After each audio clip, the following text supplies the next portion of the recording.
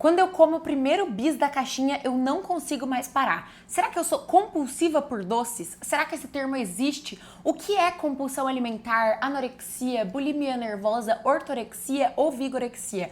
Como que eu faço para de fato descobrir se eu tô encaminhando para um transtorno alimentar e até que ponto fazer dieta é de fato uma demonstração de disciplina ou pode estar caminhando para um comer transtornado? Hoje a gente vai entrevistar o Miguel Rufino, que é um psicólogo formado e pós-graduado pela USP de Ribeirão Preto, e ele vai contar um pouco mais pra gente de como reconhecer comportamentos problemáticos dentro da alimentação e como conseguir identificar isso em nós mesmos, na nossa própria experiência. Então já fica aqui com a gente nesse vídeo de mais um episódio de Nutrindo Experiências. Olá, gente! Sejam muito bem-vindos a mais um episódio do Nutrindo Experiências. Hoje a gente está aqui com o psicólogo Miguel. A gente vai conversar um pouco sobre transtornos alimentares, sobre como identificar o início desses comportamentos mais problemáticos relacionados à alimentação, até que ponto um comportamento é apenas problemático ou de fato se transforma num transtorno alimentar. E eu tô muito grata por você ter aceitado o convite, por você estar aqui com a gente. Tenho certeza que vai ser muito proveitoso para todo mundo e que o Miguel tem muita experiência, tem uma bagagem muito grande para contar pra gente sobre esse assunto. Então, Miguel, muito obrigada. Queria pedir para você iniciar se apresentando, contando um pouco da sua trajetória, um pouco do seu currículo, das suas experiências, do seu contato com a nutrição e com a psicologia, como você associa as duas coisas. Fica à vontade. Perfeito. Muito obrigado, Lara, pelo convite. Fiquei honrado de estar aqui com você hoje. Muito feliz quando recebi o convite. Muito bacana. A gente já se conhece faz um tempão, né? Amigos de longa data. E eu fiquei muito feliz, muito honrado com esse convite. Sim, gosto bastante do tema. Já trabalho com a psicologia clínica faz alguns anos. Sobre o currículo, né? Sou formado pela USP. Tenho especialização em terapia cognitivo-comportamental pela USP também. Depois fui indo mais para o lado da neurociência, hoje em dia sou neuropsicólogo, trabalho com testes de autismo, TDAH, tudo que vocês forem pensar aí de testagem e diagnóstico, costumo trabalhar bastante na área. E tenho uma longa bagagem com a nutrição também, eu sempre brinco que se eu não fosse psicólogo eu seria nutricionista, eu gosto muito da área, do estilo de vida, da profissão, né? Da clínica também gosto muito, então provavelmente trabalharia com a clínica da nutrição também. Então, acho que são áreas que casam muito bem, né? São bem parecidas, né? É todo comportamento ali, a nutrição um pouquinho mais para alimentação, a psicologia um pouco mais para as emoções. Mas são áreas bem ligadas, né? São bem parecidas. E é interessante pensar que elas nunca vão andar sozinhas. Porque é muito comum a pessoa falar, por exemplo, não, eu sigo a dieta tudo certinho, mas chega de noite eu não sei o que acontece. O que acontece tá aqui, não tá na alimentação, tá na cabeça. E muitas vezes a gente subestima a psicologia pensando que é uma falta de força de vontade nossa. E eu falo isso por mim mesmo. Muitas vezes a gente fica procrastinando a busca por tratamento terapêutico, né, por tratamento psicológico, achando que é uma responsabilidade nossa, única e exclusiva. Então, beleza, eu sou compulsiva por doces. Tudo bem que esse termo não existe, mas assim, eu sou descontrolada para doce, eu começo e não consigo parar. Isso não é um comportamento normal, né? Isso pode ser tratado, isso pode ser amenizado ou curado. Não sei se tem cura, você pode falar melhor pra gente. Claro, claro, vamos lá. É bem interessante essa sua pergunta, né? Exato, tudo começa na cabeça, né? Acaba que o cérebro, principalmente o córtex pré-frontal, a região mais da testa aqui, é que tá a área da racionalidade, né? Que domina tudo, que eu sempre falo que difere a gente de animais não racionais, né? Ou menos racionais que nós. Então é verdade, tudo começa no cérebro, né?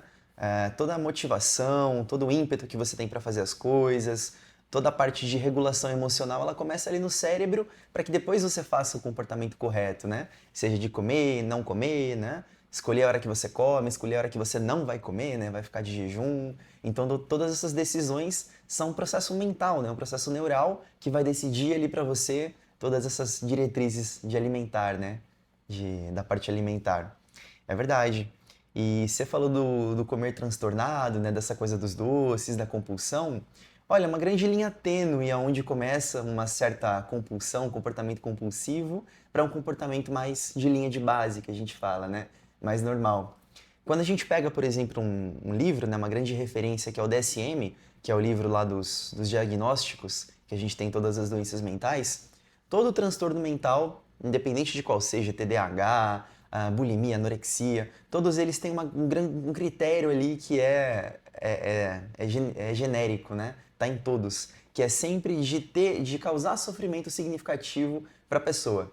Então vamos pegar, por exemplo, o comer transtornado, né? A compulsão alimentar. Se aquilo não causa sofrimento significativo para a pessoa, né? Durante um tempo, coisa de meses, coisas de ano, já não se enquadra no critério, né? Já não dá para a gente diagnosticar. Então todo transtorno, né? Todo comer transtornado, todo comportamento que está disfuncional ali por algum motivo, seja porque bagunça as emoções, seja porque bagunça a rotina, né? Como se fosse uma insônia, esse tipo de coisa, tem que ter esse critério de causar um sofrimento significativo para a pessoa. É aí que a gente olha com um olhar mais analítico, né? Fala, putz, espera aí, pode ter alguma coisinha errada ali, deixa eu olhar a fundo aqui, talvez valha um diagnóstico, talvez valha uma terapia, talvez valha pisar ali no freio um pouquinho, cuidar da saúde mental para depois voltar na rotina. E o fato da pessoa se sentir responsável por esse comportamento. Tudo bem que responsabilidade é importante, porque a partir do momento que você é o responsável e dono daquilo que você está passando, você também é capaz de mudar isso. Mas no sentido de culpa mesmo. Até que ponto a pessoa se culpa por isso, então ela acredita que a única pessoa que vai resolver isso sozinha é ela, e também tem muita questão da vergonha, né? Então, até que ponto você acha que isso pode influenciar ou pode atrapalhar na busca por esse tratamento da psicologia? Boa, ótima pergunta também. É verdade, é muito comum as pessoas se colocarem muito no holofote, né? Se culparem por fazer ou não fazer alguma coisa assim. Como se fosse uma escolha simplesmente da pessoa, né? 100% uma escolha racional e pessoal, né? A gente sabe que hoje em dia na psicologia isso é um grande mito, isso é uma grande mentira. Cerca de, sei lá, 70, 80% das nossas escolhas não são feitas por nós, na verdade. São feitas pelo ambiente que a gente está, são feitas pela nossa história de vida, etc, etc, né? Vários fatores que a gente pode colocar. Por exemplo, você acha que escolheu cursar nutrição, né? Mas a nutrição que me escolheu. Exato, verdade. Provavelmente você teve uma história de vida que levou você a escolher a nutrição, né? Alguma interação social, algum amigo, familiar, né? Sei lá, você fez uma orientação profissional com um psicólogo e deu nutrição lá. Então perceba que as nossas escolhas que parecem racionais, parecem conscientes, né? Na verdade, elas sempre têm um fundo ali, né? Tem um viés. Os neurocientistas e neuropsicólogos, eles chamam isso bastante de viés da escolha, né? Ou falácia da escolha, muitas vezes, né? A gente acha que tem escolha sobre alguma coisa, mas na verdade não é muito bem por esse lado. Sei lá, vamos supor que agora eu pego um copo de água e bebo, né? E levo até a boca. Aí eu penso, putz, escolhi tomar água agora. Mas, putz, será que eu escolhi mesmo? Será que eu não estava desidratado? As minhas células ficaram um pouquinho menos túrgidas? Aí o meu hipotálamo aqui no meu cérebro falou, você está meio desidratado. O que você acha de você tomar uma água? Aí eu vou lá, pego a água e tomo. Temperatura é a mesma coisa, né? A gente chega em casa e automaticamente liga o ar-condicionado. Aí você pensa, putz, acho que eu quis ligar o ar-condicionado, né? Acho que foi uma escolha que eu fiz. Eu podia deixar desligado, mas eu acabei ligando. Mas, putz, será que você escolheu ligar mesmo? Será que os termorreceptores da sua pele não ativaram porque estava muito quente? Aí o hipotálamo também, que ele controla a temperatura, falou, o que você acha aí de tirar uma blusa, né? O que você acha de colocar uma roupa mais fresca, ligar o ar, ligar o ventilador? Então perceba que todas as escolhas, né, quase todas, para não falar todas, são enviesadas pelo meio, pela circunstância do momento, pela história de vida que a gente teve, né? E sempre pelos aprendizados prévios. Então, putz, será que eu escolhi as coisas que eu estou escolhendo, né? Será que eu escolhi comer transtornado? Será que eu escolhi não comer, como é o caso da anorexia ou da bulimia?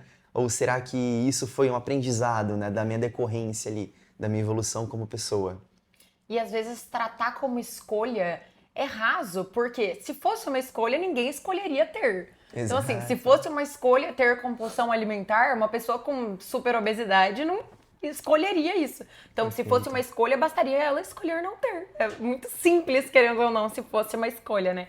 E é interessante que isso também vale para nutrição. É um ponto de intersecção bem legal, porque a gente escuta, e inclusive recentemente viralizou na internet, que obesidade é uma escolha. Mas assim, se uma pessoa pudesse escolher ser eutrófica, ter disposição, conseguir praticar atividade física com os próprios filhos, conseguir subir um lance de escada sem sentir dificuldade, ter acesso a alimentos in natura, você acha que ela escolheria de fato ter obesidade, ser discriminada pela população, ter dificuldade para caber em aviões, ônibus, caronas de carro, que seja. Então, assim, é muito complexo a gente falar sobre escolhas, porque as nossas escolhas, elas não são inteiramente nossas. Muitas vezes as coisas escolhem por nós. Então, por exemplo, uma pessoa baixa renda, que vai escolher entre um lanche no mercado, porque ela tá com pressa, precisa passar no mercado e comprar um lanche rápido. Ela vai escolher uma barrinha de proteína de R$ 15, ou ela vai passar no McDonald's e comprar um lanche por 6. Um lanche com coca e com batata frita. Então, assim, é muito complicado a gente falar sobre escolhas num mundo onde as pessoas não têm as mesmas oportunidades, não têm o mesmo acesso à informação, né? A mesma intelectualidade e também contexto. Porque a gente sabe que a obesidade, especificamente, ela afeta a saúde do cérebro e a regulação dos hormônios, da sinalização de sinapses, muita coisa, por exemplo, a resposta à leptina, que é o hormônio da saciedade. O corpo da pessoa com obesidade, ela tem uma resposta menor, o que vai dificultar com que ela se sinta saciado e favorecer com que ela continue comendo excessivamente acima das quantidades que o corpo dela precisa, consequentemente favorecendo o acúmulo de gordura e alimentando esse ciclo vicioso da obesidade, né? Então, falar sobre escolhas é ignorar grande parte da fisiologia do corpo, né? Verdade, verdade, faz todo sentido. É, realmente, se a pessoa ela pudesse, se ela tivesse plenamente poder sobre todas essas escolhas, obviamente ela escolheria ser uma pessoa saudável, né? Ter aí todas as capacidades físicas, né? De aptidão física, de esporte, flexibilidade, né? De ter uma condição cardiovascular legal para conseguir correr, brincar com os filhos, né? Só que tem muita coisa aí envolvida. Como você falou, por exemplo, da questão socioeconômica, né? Percebe que nem isso a gente escolhe, né? O modo que a gente nasceu, né? A família que a gente nasceu, o país que a gente nasceu, acaba escolhendo muitas coisas. Tem um exemplo bobo que eu sempre dou para os meus pacientes, mas acho que ele é muito didático, né? Que é o de comer carne. Imagina que você nasceu na Índia, que a carne é sagrada, né? A vaca é sagrada, e se eu não me engano, a Índia tem uma população vegetariana gigantesca, assim, acho que 30%, 25% das pessoas são vegetarianas. Ou veganas, não lembro agora. E para a quantidade de gente que tem lá, isso é um número absurdo. É muita coisa, muita Sim. coisa. Quando você vai pegar a população mundial, assim, e a quantidade de vegetarianos, é gigantesca a quantidade de vegetarianos. Sim. Mas é porque a Índia sobe esse número absurdamente, né? E é Tem muita interessante gente a lá. gente pensar nesses aspectos culturais que, além deles influenciarem diretamente na alimentação, eles também influenciam no desenvolvimento psicológico das pessoas, né? Então, por exemplo, uma pessoa que nasceu em uma família onde a mãe tem transtorno alimentar. Claro que muitas vezes não é maldade, mas a mãe ela vai naturalmente passar esses pensamentos transtornados, esses pensamentos, como que eu posso dizer? Deturpados, né, para a criança. Então, desde pequena, ela vai instaurar, vamos supor, na cabeça da criança, uma lipofobia ali, que ela não pode engordar de jeito nenhum, porque pessoas que engordam não têm valor na sociedade, vão ser discriminadas, não vão ter amigos. Então, a criança nasce com essa pressão que ela não escolheu. Então, até então, para ela, gordura, engordar, não engordar, o corpo era só o corpo. Não era um conjunto de pressões, um conjunto de escolhas que ela precisa fazer para não cair nas garras da gordura corporal, sabe? Mas quando ela nasce no contexto que isso é colocado sobre ela, isso dificulta muito que ela se desvincule disso no futuro, né? Exato, exato. Tem algum ator que eu não vou lembrar quem é agora, mas ele fala que a infância é um solo, né? Um chão que a gente pisa a vida toda. Então, as crenças que a sua mãe dá pra você, os pensamentos, né? Sejam funcionais ou disfuncionais, que você falou, né? Distorcidos, eles ficam com a gente, né? Fica com essa bagagem. O que a gente pode fazer enfraquecendo esses pensamentos mais pra frente, né? Juntando evidências contra, né? Tipo, putz, engordei, né? Cresci com lipofobia que a minha mãe me deu, né? Herdei da minha mãe. Mas aí, pô, ganhei um pouquinho de peso, não fui julgado, né? Ganhei um pouquinho de peso, não fui rechaçado, como a minha mãe falava pra mim, né? Então, putz, será que é isso mesmo? Você vai juntando umas evidências contrárias ali e vai sustentando uma nova crença, né? Então, putz, será? Acho que eu posso, então, aumentar um pouquinho meu peso, né? Acho que não precisa ser assim, exatamente como ela falou. Então, vai rolando um questionamento, né? Um diálogo socrático na tua cabeça, né?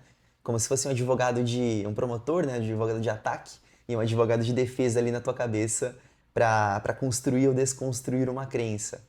Mas a verdade é que grande parte das escolhas a gente não faz, né? Elas são tomadas por nós. Como eu falei da Índia, né? Se você nasce lá na Índia, a probabilidade de você ser vegetariano é muito maior do que no Brasil, né? Se você é gaúcho, por exemplo, Diminui ainda mais. rola todo um ritual em volta do churrasco, né? Então você vai curtir sua família, né? Você vai comer muito mais carne do que se você for um indiano, por exemplo. Aí eu te pergunto, né? Pô, será que um indiano escolheu comer menos carne do que um gaúcho? Provavelmente não, não foi uma escolha feita por ele, né? É uma escolha cultural, né? Sociológica, né? Um grande autor da psicologia comportamental, o Skinner, né? Que é um dos pais aí da psicologia comportamental, ele fala que nós temos aí 3 instâncias para ser o que nós somos, né? Que nós somos, então, seres biopsicossociais, né? Nós somos feitos pela biologia, então, um conjunto, né? Interações genéticas, nosso genoma, né? Pra gente para ser alto, baixo, falar grosso, falar com uma voz mais fina, né? Tudo isso é decidido pela genética, né? Alguns critérios. Depois nós somos seres psico também, né? Aí essa parte do psico, né? Da psicologia, diz sobre o nosso passado, diz sobre a nossa criação, né? O que foi reforçado, o que foi punido, né? Ou seja, o que foi selecionado na nossa história, né? As formas que a gente aprendeu, essa parte psico. E aí, por último, tem a parte social, né? Não importa se eu tenho genética para aquilo, se eu tenho psicologia para aquilo, se eu estou numa sociedade que rechaça completamente aquele comportamento, né? Uma religião, um país, né? Uma microcultura, tipo ser caipira, ser gaúcho, né? Então, se essa cultura rechaça, ela pode até controlar vários comportamentos nossos, como é o caso de comer carne. Então, essas 3 instâncias, né? Essas 3 esferas controlam o que a gente faz, o que a gente não faz, né? O que pensamos, o que não pensamos, e principalmente hábitos alimentares, né? Então, se você vai comer muito, vai comer pouco, se você vai dar preferência por alimento doce ou salgado, né? É sempre essas 3 respostas ao mesmo tempo, né? E assim, eu vejo muita galera focando mais no psico, né? Tipo, não posso comer doce, não devo gostar, é errado, né? Aprendi que faz super mal porque, sei lá, tem coisas do corpo ali, né? Vai aumentar a insulina, esse tipo de coisa. Só que não é uma escolha só sua, né? Você pode ter a propensão biológica, a psicológica e a social, né?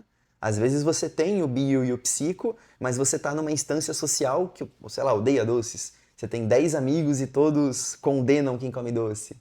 Aí pode ser que você coma muito menos. Então a gente tem que olhar sempre para essas 3 esferas, né? A biológica é um pouco mais difícil, porque não dá para você mexer muito, né? Ela já é mais programada. Mas a psico a gente mexe bastante na terapia, né? Mudando comportamentos, mudando pensamentos. E o social também, né? Social a gente mexe escolhendo nossas amizades, escolhendo nossas instituições, né? A igreja, a família, a religião, né? As bolhas sociais que a gente vive de modo geral. Então é importante olhar para essas 3 esferas para entender por que aquele comportamento tá daquele jeito, por que tá comendo ou não comendo daquela forma. E uma coisa que é interessante da gente pensar é que o comportamento psicológico, né, as crenças psicológicas, elas não necessariamente vão mudar dessa para essa, mas você pode sobrepor. Isso foi inclusive uma coisa que você que me ensinou. Você muito provavelmente vai ter o seu instinto inicial de pensar transtornado porque você veio com esse comportamento durante muito tempo. Então, se você tá aí, há 5 anos com um comer transtornado, o seu primeiro instinto vai ser o transtorno, vai ser o instinto de buscar pelo erro, né? Pelo que você sabe que vai te fazer mal no longo prazo, ou no curto mesmo, né? Você tem um prazer imediato e depois você já sente o mal-estar de ter tomado aquela decisão. Mas a gente consegue sobrepor outros pensamentos terapeutizados que conseguem racionalizar essa escolha. Então, beleza, o meu instinto... Comi um alimento que eu considero proibido. Então, o meu instinto é que agora já foi... Estraguei tudo, já que eu comi esse alimento, eu vou escaralhar, vou chutar o balde, vou acabar com o dia todo e vou continuar numa bola de neve, chegar até o fim do dia, jogando tudo pro ar e amanhã eu volto. Mas não, quando você sobrepõe um pensamento, o próximo vai ser de...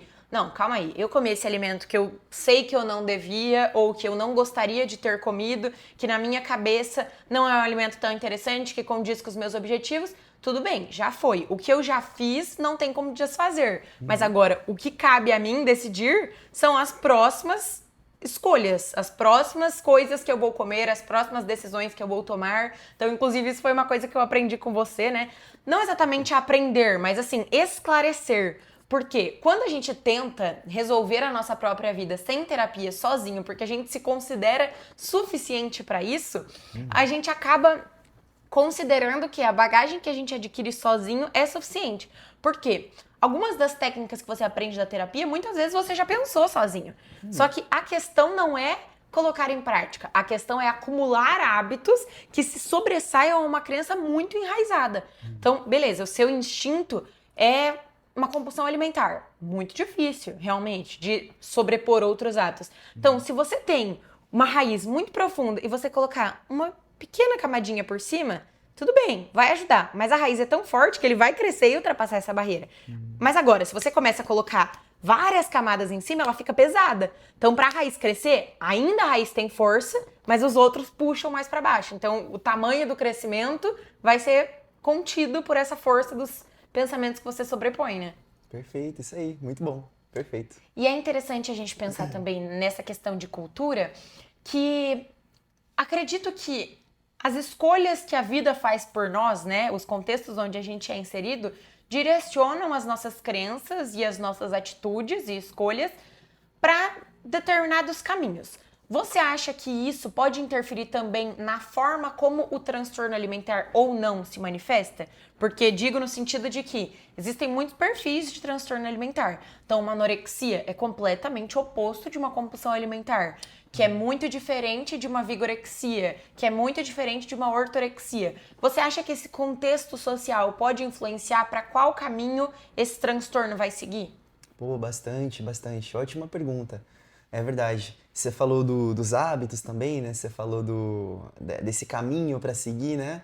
É exatamente isso. No cérebro acontece basicamente esse mesmo processo, né? A gente tem no cérebro o que a gente chama de engramas, né? O engrama, imagina uma bolotona de neurônios, assim, né? Uma bolona, assim, um aglomerado. Nós chamamos isso de engrama.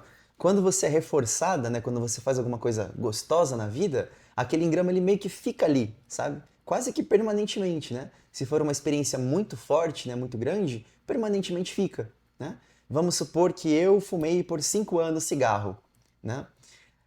Eu não vou apagar do meu cérebro que o cigarro é prazeroso. Aquilo vai ficar lá, como se fosse um caminho, sabe? Tipo, imagina assim um labirinto, imagina uma raiz muito forte de uma árvore, assim, que fica ali, né? O caminho, né? Fica ali a trajetória da raiz.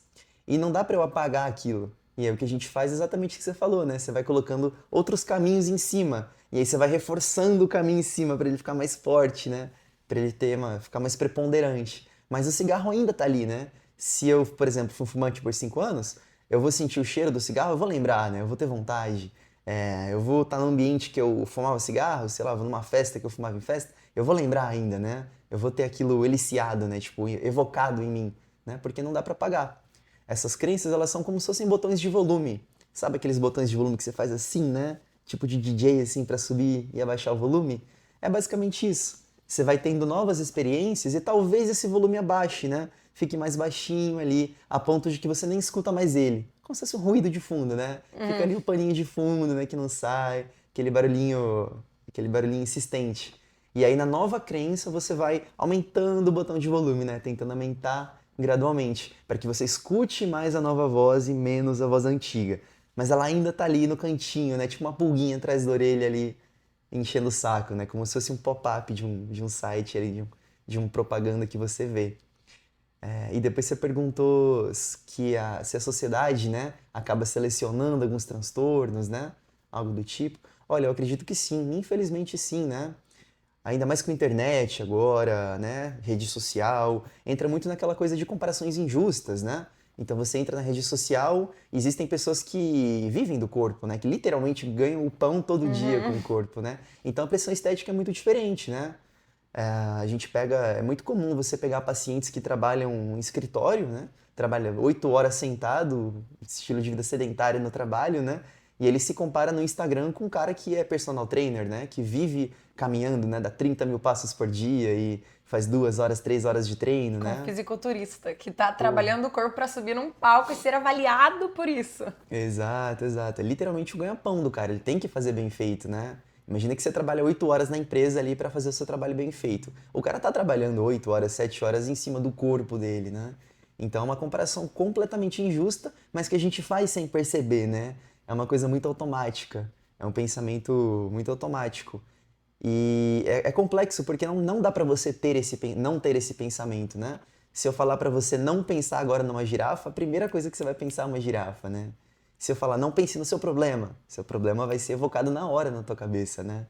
Então a ideia é deixar o pensamento automático vir, porque não tem o que você fazer, né? Você pode tentar da forma que quiser, que você não vai suprimir nenhum pensamento automático. Seu cérebro não tem essa capacidade. Então a ideia é deixar o pensamento automático vir e você na hora racionalizar ele, né? Dar uma refutada ali, né? Pensar nesse argumento, tipo, pô, acabei de me comparar com o fisiculturista. Mas aí na hora você lembra, né? Pô, mas o cara vive disso, né? O cara faz isso 8 horas por dia, né? O cara não tem momentos de prazer em volta da comida igual eu tenho com a minha família, né? Com os meus amigos. Então você deixa o pensamento automático ansioso vir e na hora você coloca um novo ali em cima, né? E tenta aumentar o botão de volume desse pensamento novo na medida do possível, né? Com esses argumentos, com histórias do passado, né? Com argumentos que você já escutou de outras pessoas, ou até mesmo que você já escutou na terapia, né? Pega esses argumentos da terapia para dar uma aumentada no volume ali, para tentar dar uma controladinha. E é interessante também a gente se dissociar do pensamento, né? Que o pensamento não define a gente. Pensamento não é fato. Então a gente consegue tirar esse pensamento e olhar para ele. Então, por exemplo, uma pessoa que tem compulsão alimentar, ela consegue tirar esse pensamento. Claro, isso com muito tratamento, né? Que a gente sabe que é complexo, não é tão simples. Você fala pra pessoa fazer, no dia seguinte ela tá curada. Mas assim, com muito tratamento, com muito cuidado, né, psicológico, ela consegue tirar esse pensamento e perceber: estou percebendo que estou querendo ter uma compulsão. Não necessariamente esse pensamento se define, vou ter uma compulsão, porque são coisas muito diferentes. E com um trabalho de dissociação, né, da pessoa com o pensamento, a gente consegue identificar que isso não define o que ela é e que ela não precisa obrigatoriamente responder e atender a todos esses pensamentos, né? Perfeito, é isso aí. Eu gosto sempre do exercício de você materializar o pensamento em alguma coisa, sabe? Porque o pensamento ele é muito subjetivo, abstrato, é difícil pensar sobre o pensamento, né? Então eu sempre indico você tentar materializar ele, sabe? Pensa que o teu pensamento ansioso ele é um monstrão, um monstrengo peludo, laranja, assim, vermelho. Ou pensa que o teu pensamento é um fantasma, assim, meio horripilante. Ou um diabinho que fica no seu ombro. É legal que você materialize de alguma forma para conseguir enxergar ele em terceira pessoa. O meu, no caso, por exemplo, o meu pessoal é uma névoa, tipo uma névoa preta, assim, uma névoa escura, tipo um gás tóxico. Aí eu gosto do gás porque eu me imagino inalando assim o pensamento, sabe? Ele entrando dentro de mim. Aí eu tenho que respirar com calma, assim, para controlar o pensamento. Então é bacana você ter jogar para fora, sabe? Materializar dessa maneira. E é interessante também você dar a própria forma, porque isso também te distrai pensando em outra coisa. Então, por exemplo, você tem compulsão alimentar. Beleza, tá com vontade de ter uma compulsão. Ou você tem bulimia. A sua vontade de purgar, você percebe que está com vontade de purgar. Então você tira esse pensamento e fala: qual é o formato da minha vontade de purgar? Beleza, ela é redonda. Então, que cor é a minha vontade de purgar? Ela é rosa. Nisso tudo, a vontade de purgar virou um objeto. Virou um material mesmo, né? Uma coisa visível. Então, é interessante a gente se dissociar para a gente ter essa capacidade de realmente entender que você e a forma não são a mesma coisa, né? Perfeito. Então, assim, Miguel, a gente sabe que ninguém começa uma dieta pensando em ter transtorno alimentar, né? Se tudo correr bem na área da nutrição, né? Ninguém quer ter um transtorno alimentar.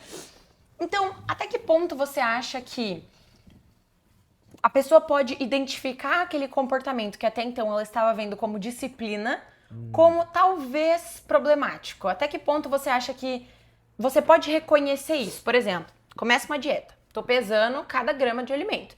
Pesar alimento não é transtorno alimentar, não é. Pode realmente ser disciplina. Mas qual é a linha tênue? Qual é o ponto de, sabe, de diferença entre esses dois? A virada de chave. Isso.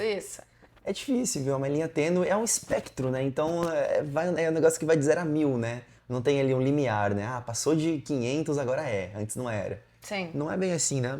É um grande espectro mesmo. Acho que dá pra gente usar o mesmo critério do DSM, né? Eu acho que vira um comer transtornado, né? Vira um transtorno alimentar quando começa a trazer prejuízo significativo pra pessoa. Então ela, sei lá, ela só consegue comer se for daquela maneira. Então começa a gerar uma rigidez psicológica, né? Se eu não pesar, logo eu tô comendo errado. Logo, não vale a pena comer isso. ou sei lá, ela tá numa reunião de família super importante, como uma ceia de Natal, né, que a gente vai ter agora, e ela se restringe de comer absolutamente tudo, né? Aí quando essa inflexibilidade é muito grande, né? A pessoa ela tá realmente no modo caverna ali para fazer o certo, aí eu acredito que a gente entra numa coisa mais transtornada, né? Entendi. Por exemplo, a gente tá pensando muito no sentido de. Só me confirma, qual que é a diferença principal entre vigorexia e ortorexia? Que eu esqueci. A ortorexia eu não conheço. Eu não. Ortorexia, se eu não me engano, posso estar enganada, mas ortorexia é o foco excessivo em alimentos única e exclusivamente saudáveis, que a pessoa considera saudável. Então ela não sai nenhum pé fora da linha, sabe? Ela não come nada que tenha adoçante, porque adoçante faz mal.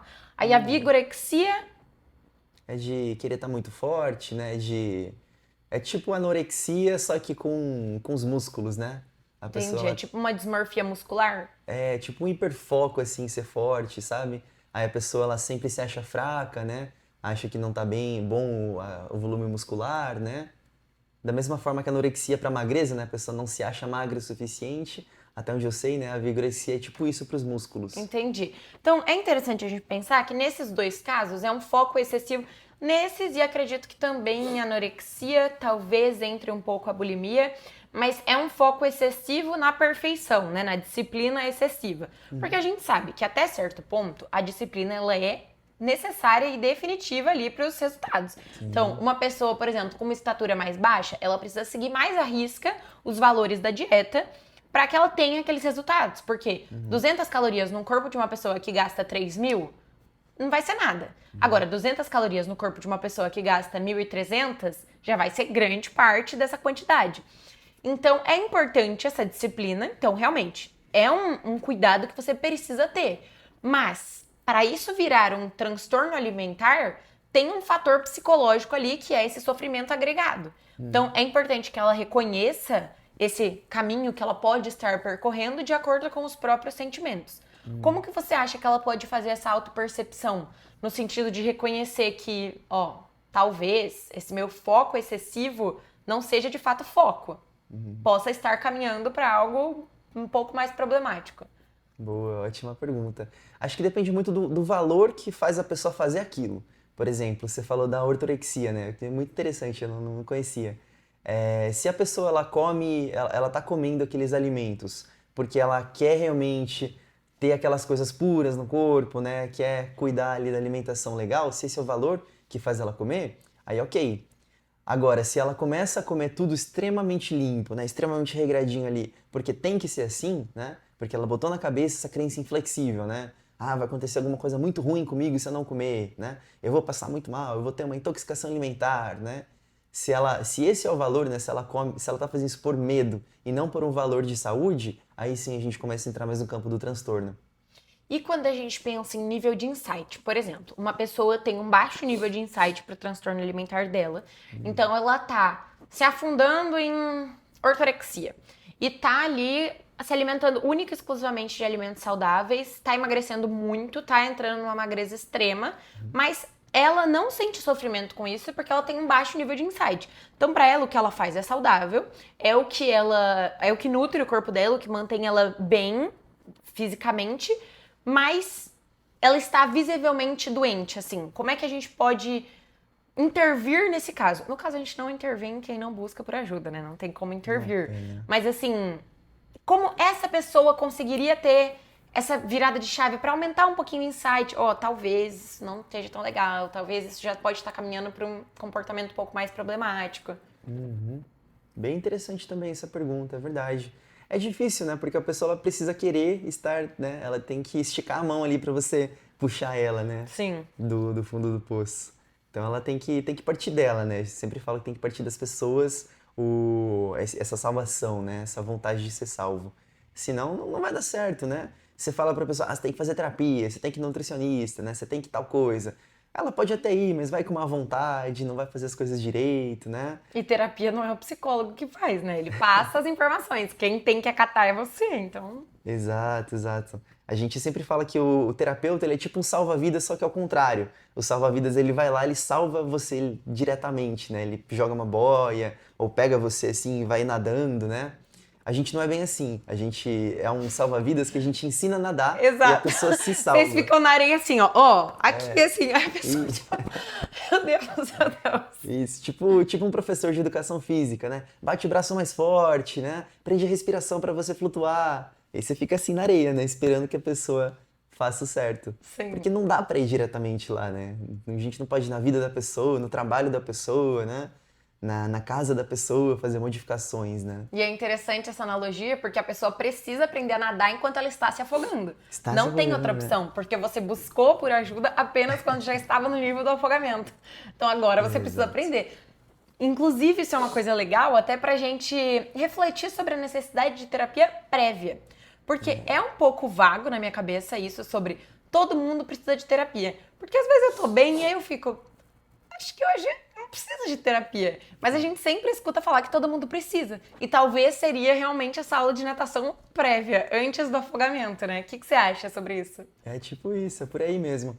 É tipo o carro, vamos usar o carro como uma analogia, né? O carro a gente não espera, a gente espera que faça a revisão antes de quebrar, né? Então você vai lá ver tudo, nível do óleo e tudo mais. Aí quando acende uma luz no painel, você já fala, putz, espera aí, deixei lá, deixa eu ver se tá tudo certo, para que o carro não quebre, né? Mas infelizmente é muito comum as pessoas procurarem terapia com o carro quebrado, né? Quando o carro não anda mais nada. Então é importante você ver as luzes do painel, né?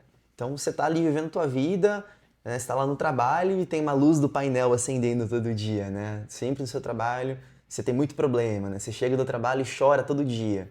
Pô, é uma luz no painel muito grande que tá acendendo, né? Será que isso não quer dizer alguma coisa, né? Sim. Será que não tá na hora de fazer uma revisão ali para que o carro não quebre no trabalho, né? Sim. E, assim, é possível que uma pessoa reconheça o próprio transtorno alimentar estudando por conta própria? Olha, ajuda, viu? Ajuda sim. Um diagnóstico completo é mais difícil, né? Mas ajuda bastante sim. Hoje em dia a gente vive uma era muito de democratização do acesso às informações. Então é muito comum as pessoas consumirem conteúdo de qualidade, né? No Reels, TikTok. Você mesmo faz o conteúdo de extrema qualidade, né? Todos Obrigada. os dias lá. Os posts, os vídeos, né? Então é muito comum as pessoas verem alguns vídeos e ficarem com uma pulguinha atrás da orelha, né? Tipo, putz, esquisito Me isso aí, identifico né? em algumas coisas. Até demais. Espera aí, vamos ver o que é isso aí. Eu trabalho muito com TDAH na minha clínica, né? E é extremamente comum eu receber pacientes novos falando, eu vi um vídeo lá e deu que eu tenho tudo, né? Eu mesmo eu produzo conteúdo de TDAH, né? E eu recebo uns pacientes que falam, nossa, eu super me identifico com seus conteúdos, né? Eu acho que eu quero fazer uma avaliação neuropsicológica. Mas né, até aí, pra ver até se eu. tem mesmo. Uma coisinha ou outra você sempre se identifica, né? Sim. O caso do TDAH, por exemplo, se você dorme mal, tá estressado, tá com várias coisas erradas na É vida, confundível, né? você vai ficar distraído se tua vida tá uma bagunça, né? Acabei de terminar um relacionamento e tô mega distraído aqui. Que você pensa na pessoa a todo momento, né? Você acabou de terminar. Com a alimentação muito parecido, né? Você fala, vi aqui um conteúdo de compulsão alimentar, né? E todo dia eu como tal coisa. Será que eu tenho uma compulsão de fato? E aí a pessoa começa a ficar com uma pulguinha atrás da orelha, né? Mas é importante, eu gosto desses conteúdos porque eles dão um certo grau de insight, então a pessoa fica curiosa, né? Ela fica ali, né? Fica aventureira ali para saber o que tem, se tem ou não, mas é sempre legal pesquisar, né? E ter um profissional competente por trás, para de fato dar o veredito, né? Tirar esses vieses, tirar Sim. esses véus da frente para a pessoa enxergar claramente o que pode ser. Sim. E é interessante a gente pensar que muita gente, principalmente os mais antigos, assim, né? Acho que a geração dos nossos pais, acredita muito que terapia é pra louco. Então, por exemplo, às vezes a pessoa fala pra mim, eu vou pra terapia. Mas não é pra mim, não. Eu tô indo levar alguém. Aí, mas tudo bem, se for pra você, não vai mudar nada. E é interessante a gente pensar isso porque acredito que a nossa geração já tenha um pouco menos isso, apesar de um ponto de viés ali, talvez de um bloqueio, pelos ensinamentos mesmo das antigas gerações, que a terapia, ela serve para problemas simples também. Seja para superar um término de relacionamento, mas todo mundo passa, todo mundo vai conseguir lidar com isso. tudo bem, mas o impacto das situações são diferentes em pessoas diferentes. Talvez o nível de racionalidade para lidar com isso seja diferente também. Então, por exemplo, o meu primeiro término de relacionamento foi muito sofrido. No segundo, eu tinha o primeiro de que ia passar e de que depois as experiências iam ser ainda melhores.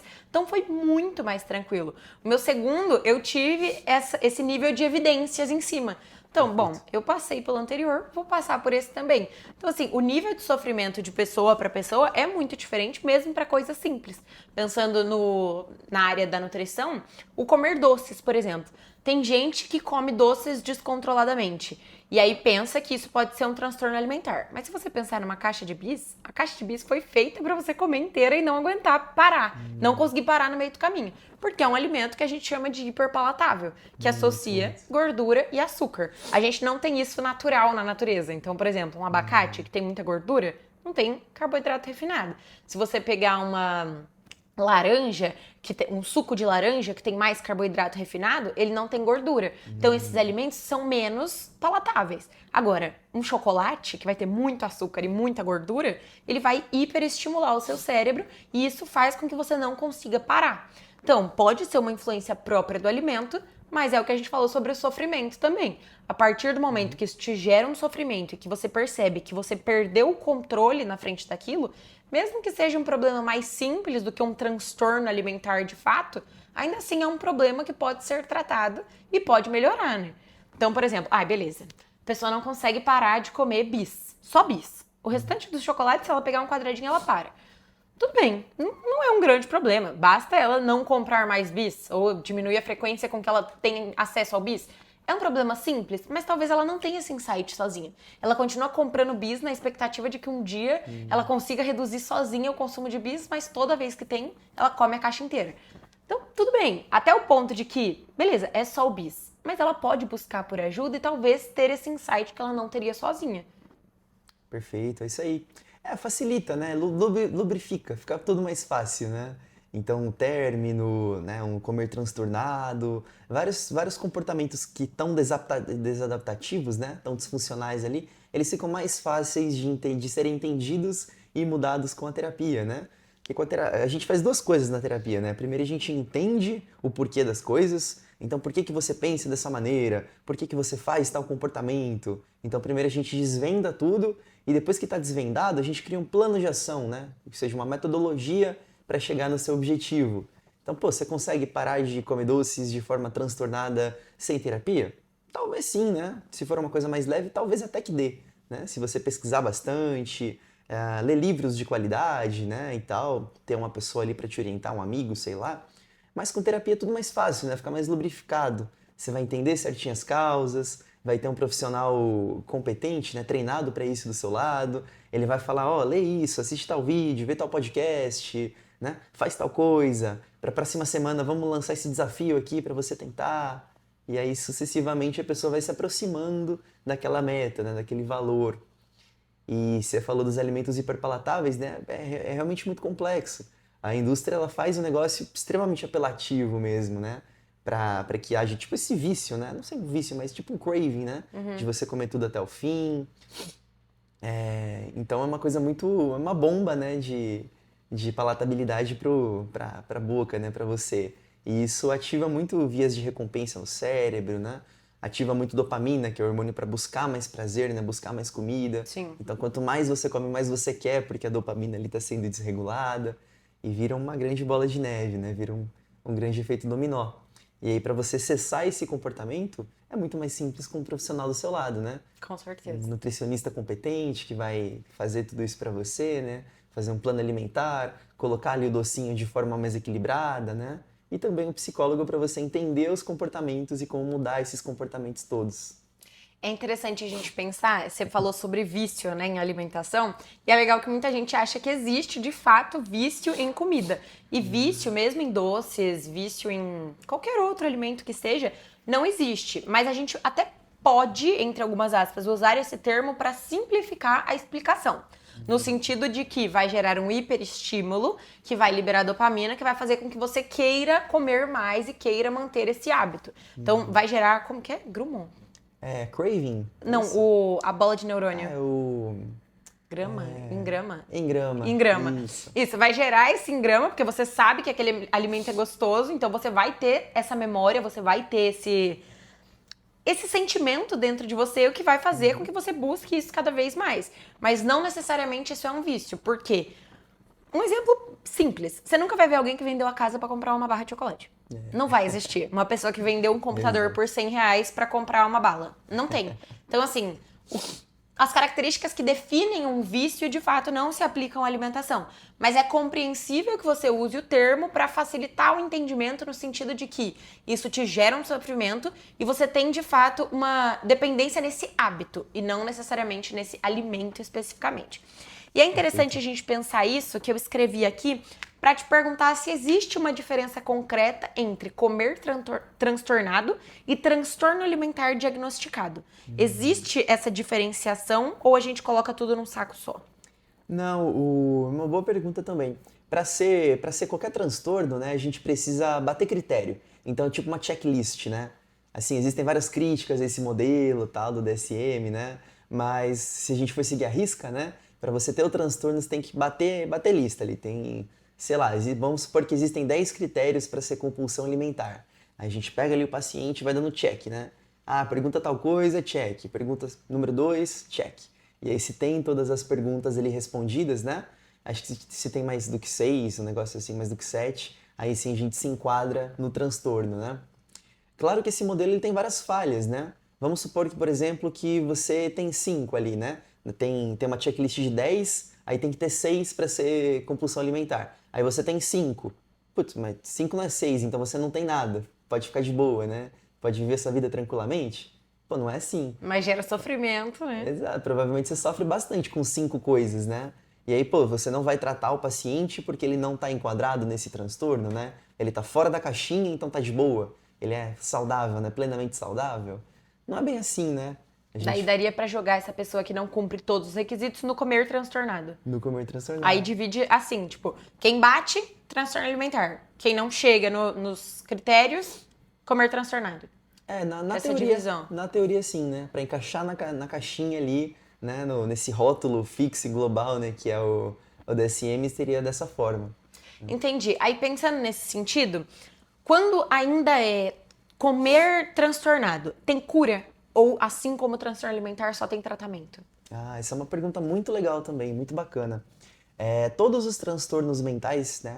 Acho que 100% deles, acho que literalmente todos.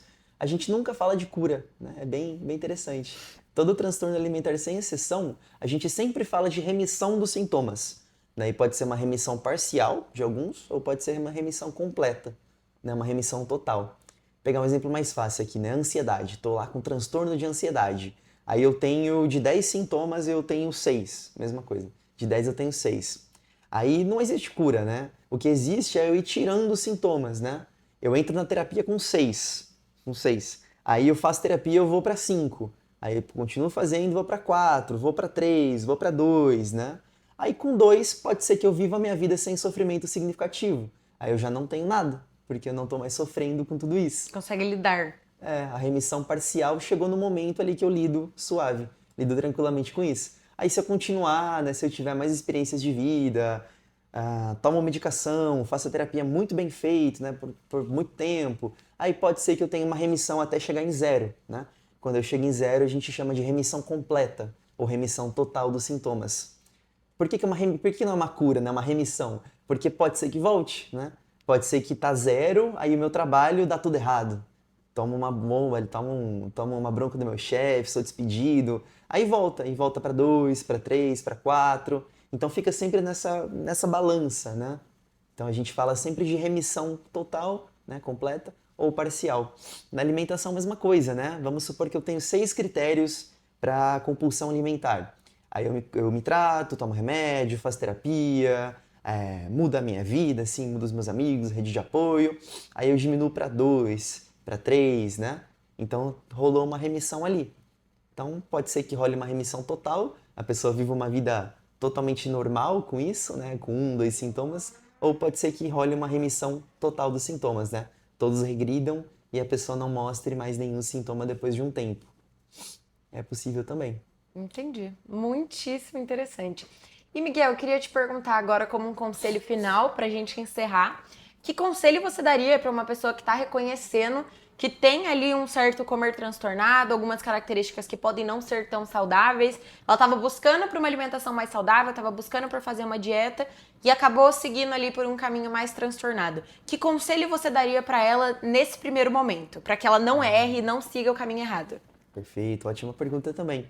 Dá uma recalculada assim, sabe? Para, respira, pensa direitinho no que tá fazendo, senta ali, dá uma notada, começa a perceber padrões, né? Do tipo, parece que todo final de semana eu tô comendo muito mal, né? Pô, parece que toda janta eu chego cansado do trabalho e tal, parece que todo jantar meu tá sendo meio abusivo, né? Tô comendo demais, ou tô chutando balde aqui nos doces todo jantar. Então começar a tentar perceber padrões ali, sabe?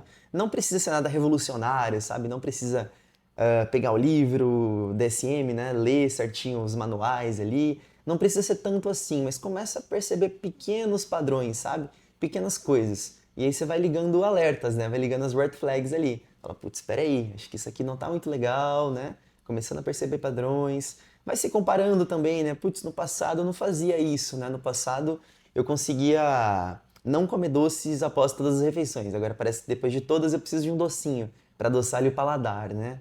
Então, começa a perceber padrões, né? Começa a perceber mudanças em você, se vê com seus amigos também, pessoas da família, namorado, namorada, né? Marido. Começa a perceber esses padrões, se comparar com as pessoas, para ver se tem alguma coisa ali muito diferente, né? Começa a notar também mudanças na sua saúde, né?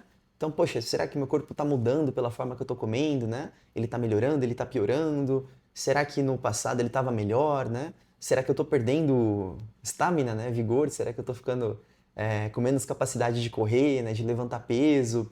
Então começa a perceber, sabe? Se compara, dá uma olhada com os amigos, com as pessoas à sua volta e vai ligando ali pequenos alertas na sua cabeça. E aí você pode ver se você está mais pro lado saudável ou seu comportamento está mudando, ficando um pouquinho mais transtornado. Muito interessante, Miguel. Muito obrigada, viu? Pessoal, a gente vai deixar o nosso arroba aqui na tela, o meu elara.piscinato em todas as redes sociais. Sigam a gente por lá, que a gente produz conteúdo todos os dias, todas as semanas. O Miguel fica disponível pelo Instagram. Pode passar o seu arroba. Perfeito. Meu é psi.miguelrufino. Sejam muito bem-vindos lá para acompanhar meus conteúdos. Vai ser um prazer ter vocês por lá. Muito obrigada por ter acompanhado a gente até aqui. Até a próxima. Tchau, tchau.